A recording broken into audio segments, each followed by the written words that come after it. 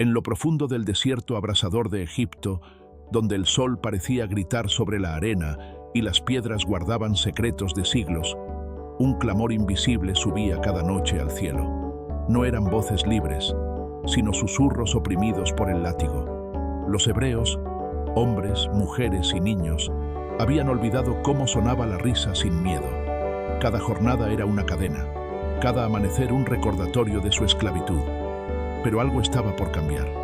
En un rincón olvidado del desierto, entre arbustos resecos y piedras sin nombre, una zarza ardía sin consumirse, y frente a ella, un hombre de pasado roto, que huía tanto de su culpa como de su destino, escuchó por primera vez en 40 años el nombre que le cambiaría el alma: Moisés. Su corazón latió como un tambor de guerra. He visto la aflicción de mi pueblo, he oído su clamor, y he descendido para librarlos. Moisés cayó de rodillas, temblando. Él, el tartamudo, el exiliado, el asesino, ¿sería ahora el escogido? Dios no buscaba elocuencia, buscaba obediencia. Ve, porque yo estaré contigo. Así comenzó no solo una misión, sino una revolución divina en la historia humana.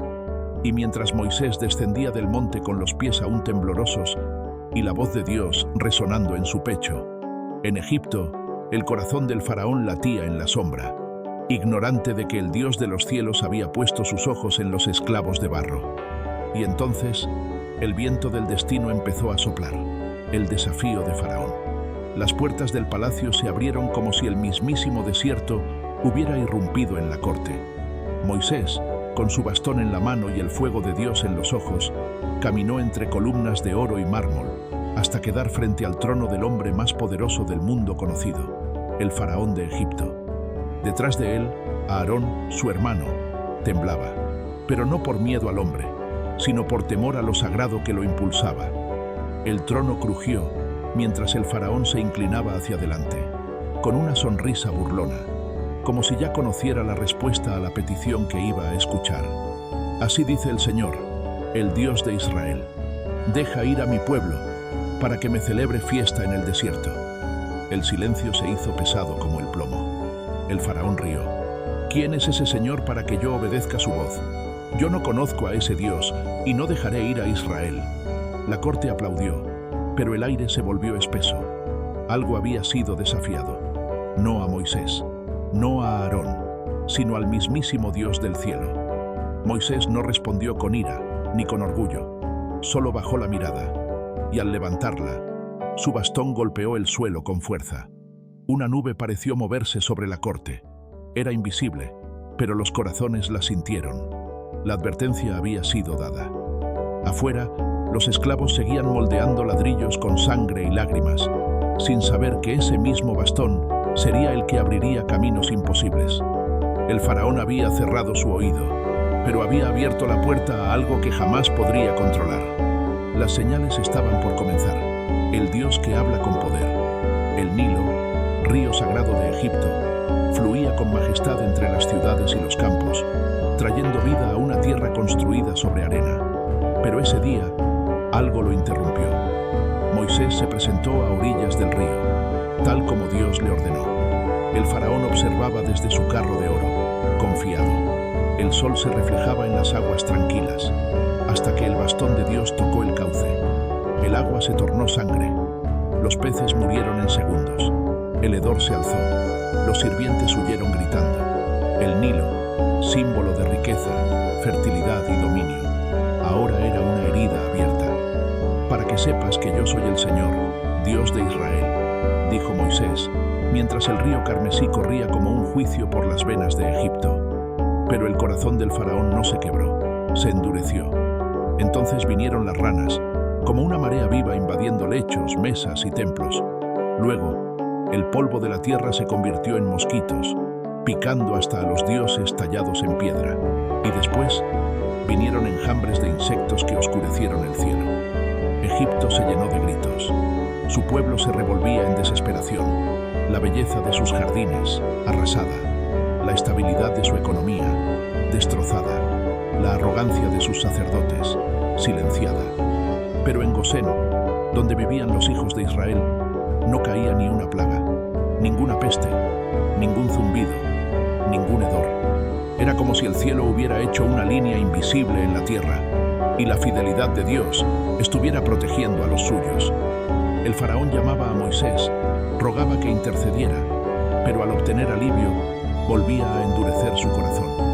Y Dios, paciente pero firme, seguía hablando, no con gritos, sino con señales, no con discursos, sino con hechos, porque no era solo una lucha entre un esclavo y un rey, era el choque de un reino humano contra el reino de Dios, el Dios que habla con poder.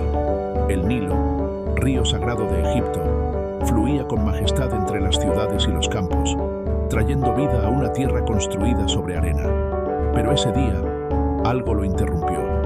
Moisés se presentó a orillas del río, tal como Dios le ordenó. El faraón observaba desde su carro de oro, confiado. El sol se reflejaba en las aguas tranquilas, hasta que el bastón de Dios tocó el cauce. El agua se tornó sangre. Los peces murieron en segundos.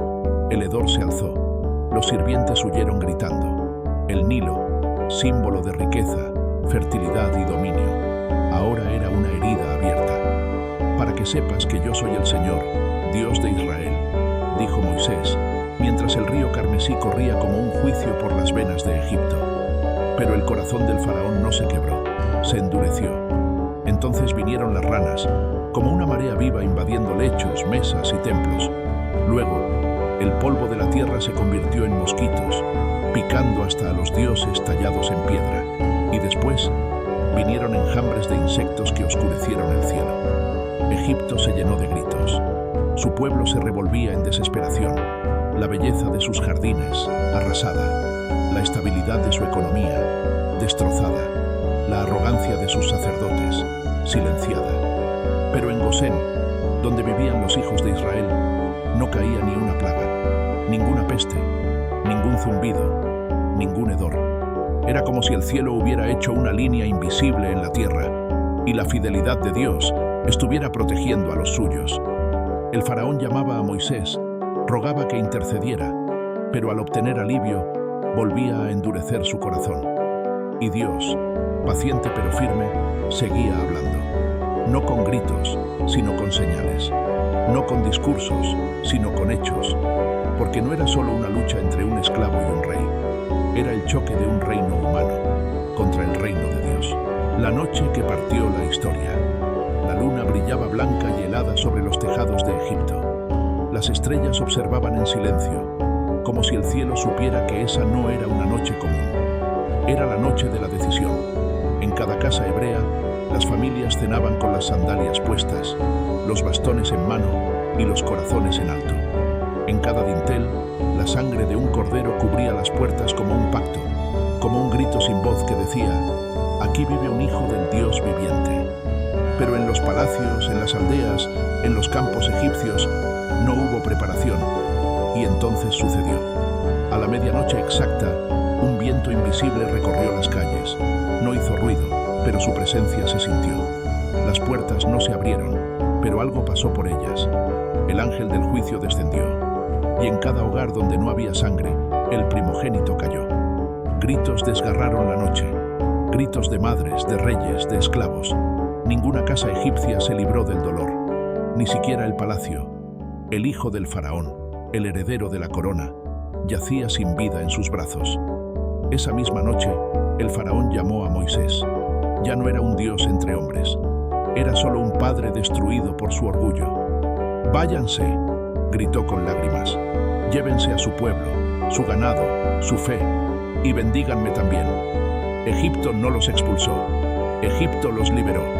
Y así, en medio de la oscuridad, con el corazón latiendo como nunca, el pueblo de Israel comenzó a salir. Cargaban pan sin levadura, esperanza recién horneada, y los huesos de José, porque sabían que este momento había sido profetizado siglos antes.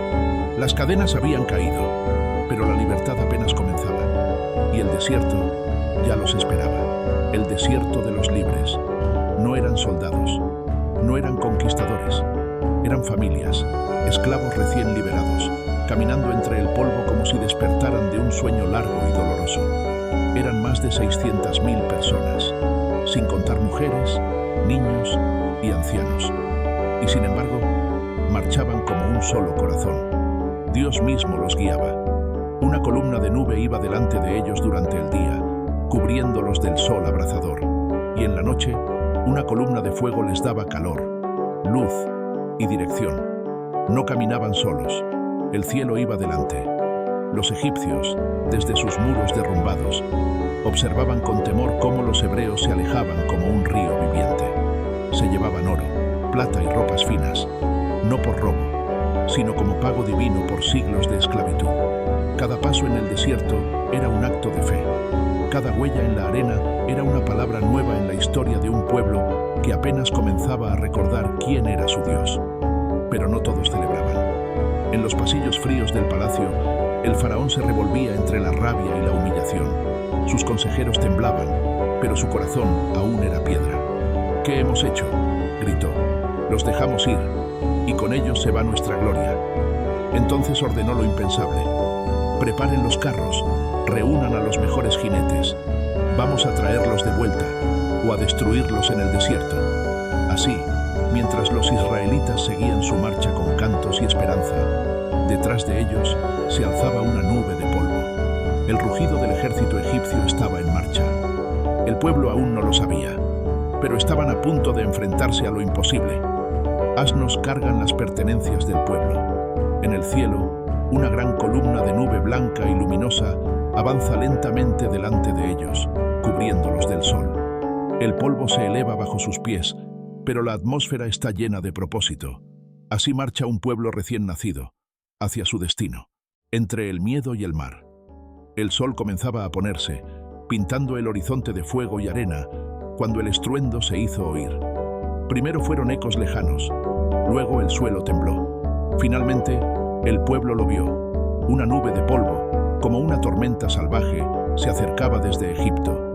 Carros relucientes, caballos de guerra, lanzas alzadas. El ejército del faraón venía por ellos, y al frente, el mar, inmenso, imposible. Las aguas se extendían como una muralla viva, bloqueando todo escape.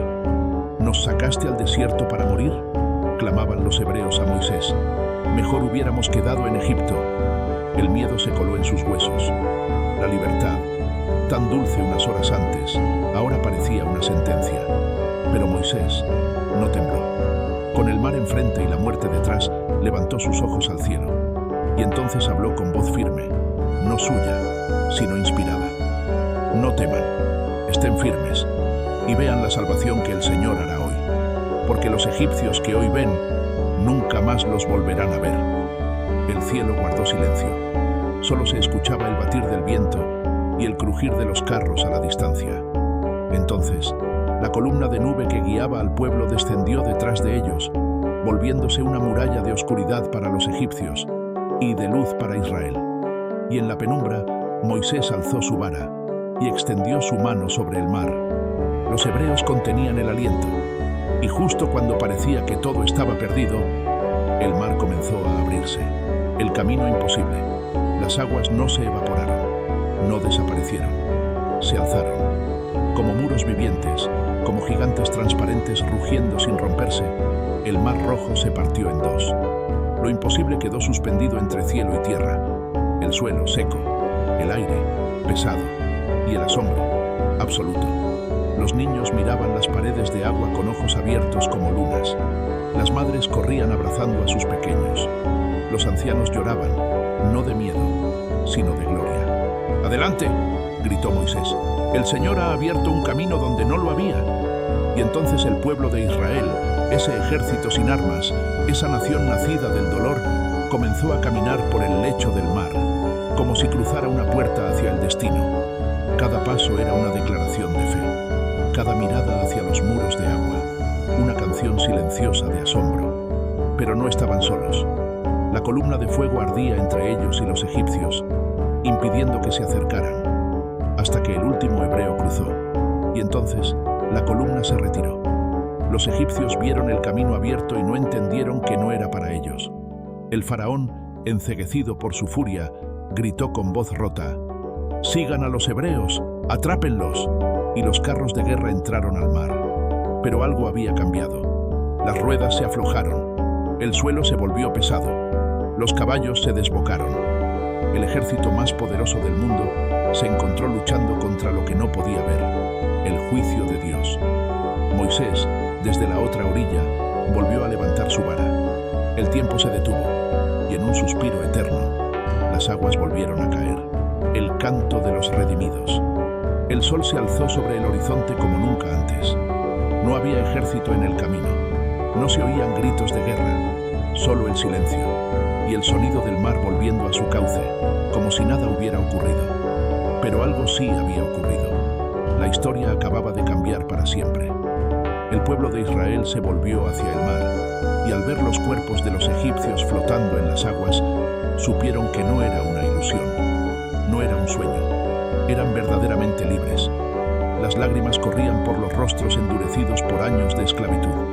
Las manos que moldeaban barro ahora se alzaban al cielo. Y entonces alguien rompió el silencio con un canto.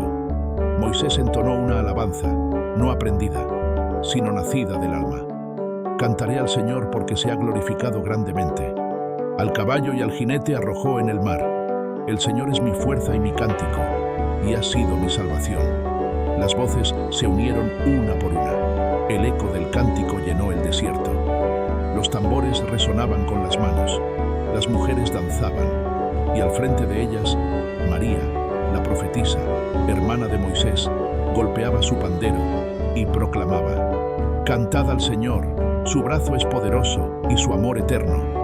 Fue el primer himno de un pueblo redimido, una canción que cruzaría generaciones, una melodía nacida del milagro. Pero el desierto no había terminado. El canto de hoy sería la fuerza para los desafíos de mañana, porque ahora no caminaban esclavos, ahora marchaban hijos del Dios viviente, guiados por promesa, sostenidos por gracia y llamados a conquistar la tierra que les fue jurada. El desierto tiene voz. El mar había quedado atrás, pero el viaje apenas comenzaba. Las dunas parecían infinitas. El sol no perdonaba. Las provisiones se agotaban rápido. Y con cada paso, el entusiasmo de la libertad empezó a enfrentarse con la realidad del desierto. 3 días sin agua, los labios partidos, los niños llorando, el polvo pegado al alma, hasta que llegaron a un lugar llamado Mara. Agua, al fin, pero amarga, intomable, como si el mismo desierto se burlara de su esperanza.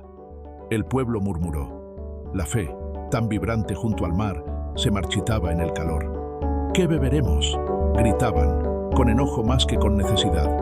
Y Moisés otra vez levantó su clamor a Dios. Dios no lo reprendió, le mostró un árbol. Moisés lanzó la madera al agua, y lo amargo se volvió dulce. No fue solo agua, fue una lección. El mismo Dios que parte mares, también transforma corazones sedientos. Más adelante llegaron a Elim. Palmeras, manantiales, descanso. Pero era solo una estación. El verdadero destino aún estaba lejos.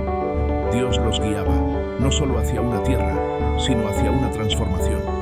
Ya no eran esclavos, pero tampoco sabían ser libres. Tenían piernas fuertes, pero corazones frágiles. Tenían historia, pero necesitaban identidad.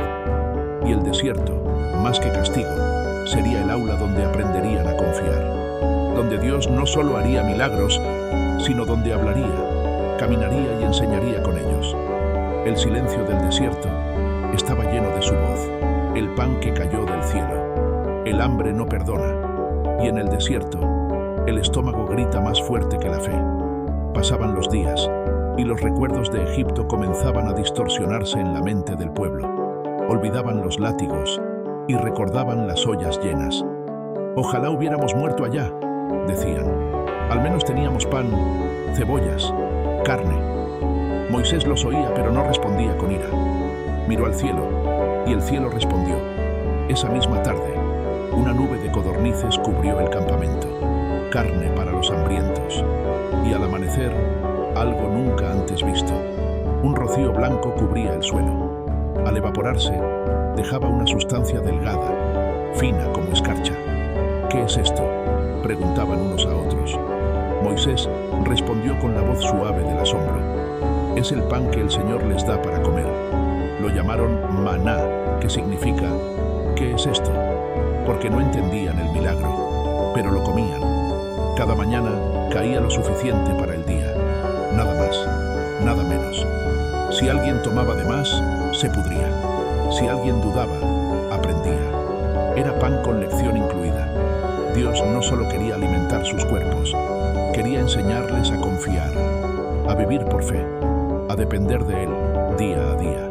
En el desierto no habría agricultura, no habría comercio, no habría bancos, solo provisión divina para corazones que debían aprender que el verdadero pan baja del cielo. Y en cada amanecer, con cada grano recogido, Dios susurraba: yo soy tu sustento, yo soy tu Padre, confía. El maná descendía cada mañana, pero la sed no se saciaba. El desierto seguía implacable, y el pueblo, con labios secos y gargantas ardiendo, volvió a murmurar. Esta vez, el clamor sonaba a reclamo. ¿Nos sacaste de Egipto para morir de sed tú, nuestros hijos y nuestros ganados? Las palabras eran duras. Moisés sintió el peso de cada una. El liderazgo en el desierto no era para los que buscan aplausos. Era para los que escuchan a Dios, aun cuando el pueblo no lo hace. Entonces Moisés oró, no como quien duda, sino como quien ya ha visto abrir mares. ¿Qué haré con este pueblo? Están a punto de apedrearme. Y Dios le respondió con calma celestial: toma tu vara, ve al frente del pueblo y golpearás la roca. ¿Una roca? ¿En medio del desierto? ¿Esperaban agua de allí? Moisés obedeció. Y ante los ojos atónitos de todos, la roca partió y brotó agua en abundancia. El desierto no tenía recursos, pero Dios no necesita recursos. Él es la fuente. Los niños bebieron, los ancianos bebieron, hasta los animales saciaron su sed. Y allí, en ese lugar de queja y milagro, Moisés llamó al sitio Masá y Meriba, prueba y contienda, porque aunque Dios había respondido con amor, el corazón del pueblo seguía batallando entre la duda y la confianza. Y aún faltaba camino por recorrer. Dios estaba formando no solo una nación, estaba forjando una identidad. Cuando las manos sostienen la victoria, el desierto no solo prueba la fe, también revela al enemigo. Mientras el pueblo avanzaba por Refidim, sin previo aviso, los amalecitas atacaron. Guerreros despiadados, sin honor, golpeaban por la retaguardia, donde los más débiles caminaban, niños, mujeres, ancianos. La libertad no estaba garantizada por el pasado, había que defenderla en el presente. Por primera vez, Israel tendría que pelear. Moisés eligió a un joven valiente para liderar la batalla. Se llamaba Josué, no era aún el gran conquistador que sería, pero su corazón ya ardía por obedecer. Toma hombres contigo y sal a combatir, le dijo Moisés. Yo estaré en la cima del monte, con el bastón de Dios en mi mano. Y así fue. Mientras Josué luchaba abajo, Moisés subió la colina, acompañado de Aarón y Hur, y levantó las manos. Mientras sus brazos estaban alzados, Israel vencía. Pero cuando se cansaba y sus manos caían, Amalek ganaba. No era magia, era principio espiritual. El poder no estaba en la espada, sino en la intercesión. Aarón y Hur, al ver que Moisés no podía más, le sostuvieron los brazos, uno de un lado, otro del otro. Y así, con las manos levantadas al cielo, la victoria descendió a la tierra. Josué derrotó a los amalecitas. El enemigo huyó. Y ese día, Moisés levantó un altar. Lo llamó Jehová Nisí. El Señor es mi estandarte. Porque en el desierto se ganan batallas, pero solo si el cielo va delante. Cuando las manos sostienen la victoria, el desierto no solo prueba la fe, también revela al enemigo. Mientras el pueblo avanzaba por Refidim, sin previo aviso, los amalecitas atacaron. Guerreros despiadados, sin honor, golpeaban por la retaguardia, donde los más débiles caminaban. Niños, mujeres, ancianos. La libertad no estaba garantizada por el pasado, había que defenderla en el presente. Por primera vez, Israel tendría que pelear. Moisés eligió a un joven valiente para liderar la batalla. Se llamaba Josué, no era aún el gran conquistador que sería, pero su corazón ya ardía por obedecer. Toma hombres contigo y sal a combatir, le dijo Moisés. Yo estaré en la cima del monte, con el bastón de Dios en mi mano. Y así fue. Mientras Josué luchaba abajo, Moisés subió la colina, acompañado de Aarón y Hur, y levantó las manos. Mientras sus brazos estaban alzados, Israel vencía. Pero cuando se cansaba y sus manos caían, Amalek ganaba. No era magia, era principio espiritual. El poder no estaba en la espada, sino en la intercesión. Aarón y Hur, al ver que Moisés no podía más, le sostuvieron los brazos, uno de un lado, otro del otro. Y así, con las manos levantadas al cielo, la victoria descendió a la tierra. Josué derrotó a los amalecitas, el enemigo huyó, y ese día Moisés levantó un altar. Lo llamó Jehová Nisí, el Señor es mi estandarte, porque en el desierto se ganan batallas, pero solo si el cielo va delante. El becerro y el juicio.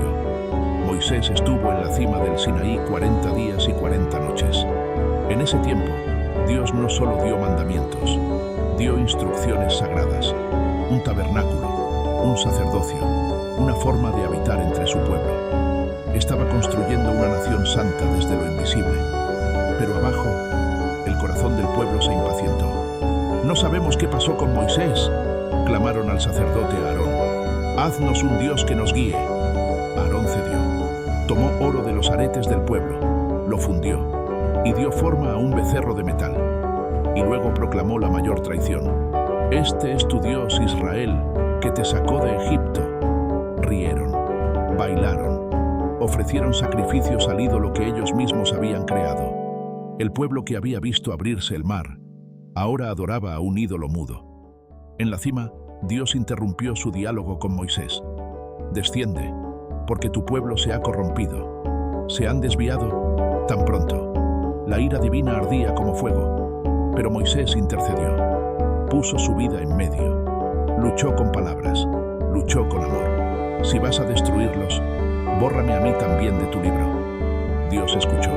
Moisés bajó con las tablas de piedra escritas por el dedo de Dios, pero al ver el becerro, las estrelló contra la roca.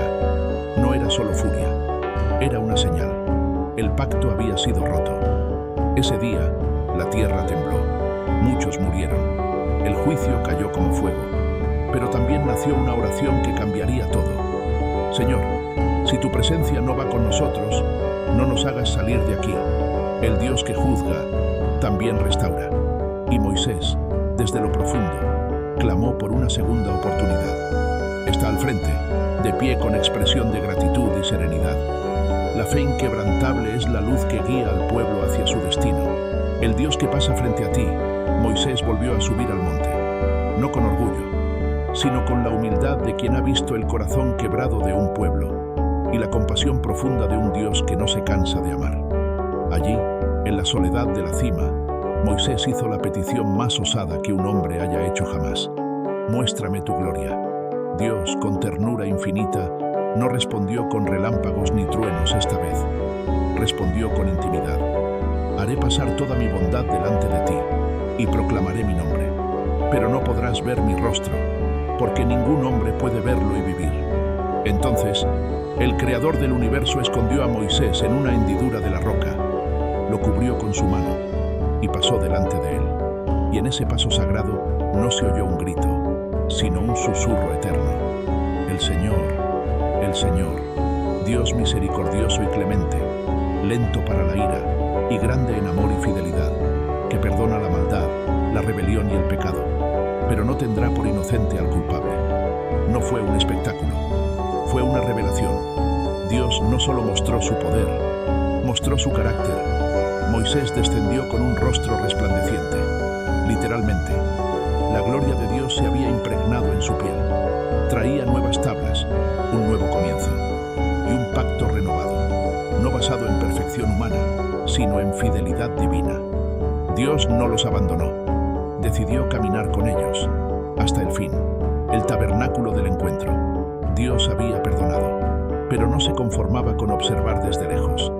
Él quería habitar en medio de su pueblo. Así nacieron los planos del tabernáculo, un santuario móvil, hecho no con ladrillos de opresión, sino con las manos libres de un pueblo restaurado. Cada cuerda, cada tela, cada hebilla tenía un diseño celestial. El oro, la madera, el lino, eran símbolo de una morada santa. el lugar donde lo eterno se encontraría con lo humano. Y el pueblo, ese pueblo que antes había hecho un becerro de oro, ahora traía sus ofrendas con generosidad, con gratitud, con lágrimas. «Basta», dijo Moisés un día, «han traído más de lo necesario». Los artesanos comenzaron a trabajar. Las cortinas se tejían con precisión. El arca del pacto fue tallada y bañada en oro. Los querubines cubrían con sus alas el lugar donde la gloria descansaría. El tabernáculo no era un simple templo. Era una señal viviente de que el cielo caminaba con ellos. Cuando todo estuvo listo, Moisés levantó el santuario. Y al terminar, la nube descendió. La gloria de Dios llenó el lugar con tal intensidad que ni Moisés podía entrar. Era la confirmación suprema: Dios había decidido quedarse. Y a partir de ese día, cuando la nube se alzaba, el pueblo marchaba. Cuando la nube se detenía, ellos acampaban. No seguían mapas, seguían la presencia. Porque la libertad no era solo salir de Egipto, era caminar cada día guiados por el Dios que habita entre los suyos, la tierra prometida a la vista. Los días se hicieron semanas, las semanas, años, y el desierto se convirtió en escuela. Allí nacieron nuevas generaciones. Los que habían crecido haciendo ladrillos, morían, y los que nacieron bajo las estrellas, comiendo maná y bebiendo de la roca, crecían sabiendo que la libertad era normal, pero también sagrada. Dios los había formado paso a paso, con disciplina, con milagros, con paciencia, y después de 40 años de recorrido, una montaña reveló el final del camino. Desde la cima del monte Nebo, Moisés vio la tierra que había sido prometida a Abraham, Isaac y Jacob, Canaán. Tierra buena, tierra amplia, donde fluye leche y miel, donde las lágrimas serían sembradas y cosechadas en gozo. Pero Moisés no entraría. El líder que había confrontado al faraón, partido el mar, intercedido en lo alto y cargado al pueblo como a hijos, debía quedarse en la cima, no por castigo, sino por propósito. Desde allí vio el cumplimiento y bendijo a quienes sí cruzarían.